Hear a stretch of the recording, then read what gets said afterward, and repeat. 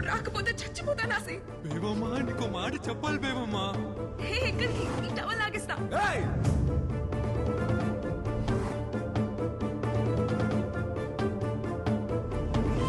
నీతో కలిసి బతకాలని కాదు బేబమ్మా, నేను లేకుండా బతకడం అలవాటు చేద్దామని తీసుకొచ్చాను అంతే. నేను దూరం పెట్టాను కానీ ఈ వెనకే ఉన్నాను బేబమ్మా. ఇంకెలా చెప్పాలో అర్థం కాక ఈ రోజైనా నిజం తెలుసుకోవాలనుకున్నాను, అందుకే ఇలా చేసింది బేబమ్మా.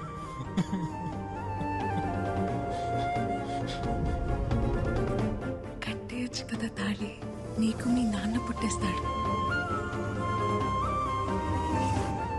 నువ్వు నాకు కావాలి, కానీ నీతో ఎలా బతకాలో నాకు తెలియట్లేదు.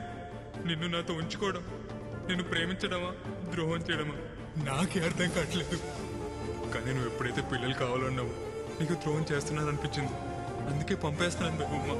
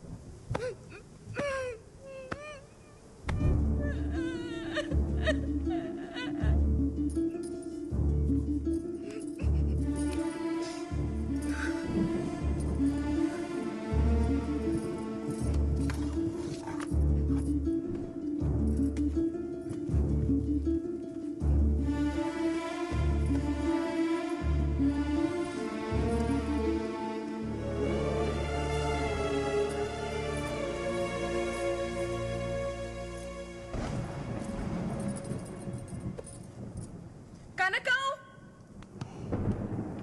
నీళ్లు తీసుకురా.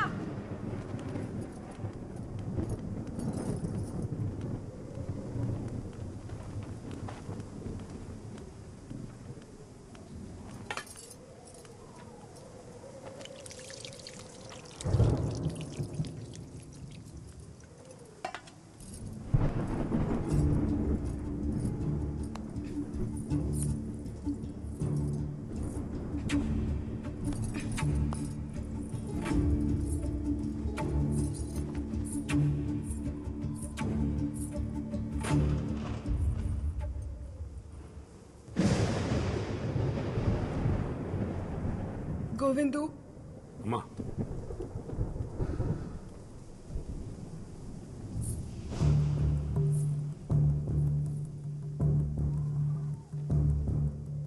నాకొక చిన్న సాయం చేసి పడతావా? అయ్యా ఏంటమ్మా? ఆసి ఎక్కడున్నాడో అక్కడికి తీసుకెళ్లి నన్ను దింపేస్తావా?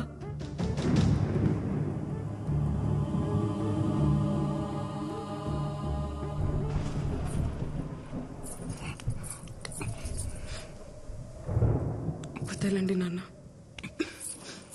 వదలండి నాన్న. ఇంకా ఏముందని వెళ్తా వాడి దగ్గరికి? నా చేయి వదలండి నాన్న, నా చేయి వదలండి నాన్న.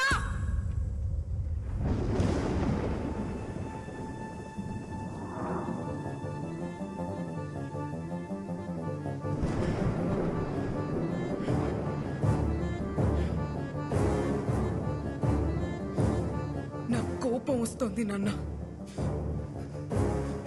నేను ముసల్దాన్ని అయిపోతాను. కానీ కోపం రావాల్సింది మీ మీద కదా.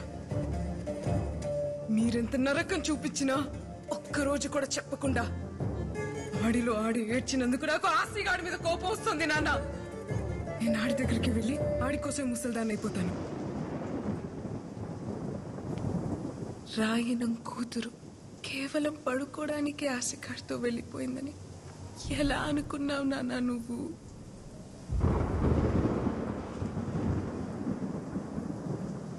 అలా వెళ్ళిందాన్నైతే సాయంత్రానికి తిరిగి వచ్చేస్తాను కదా.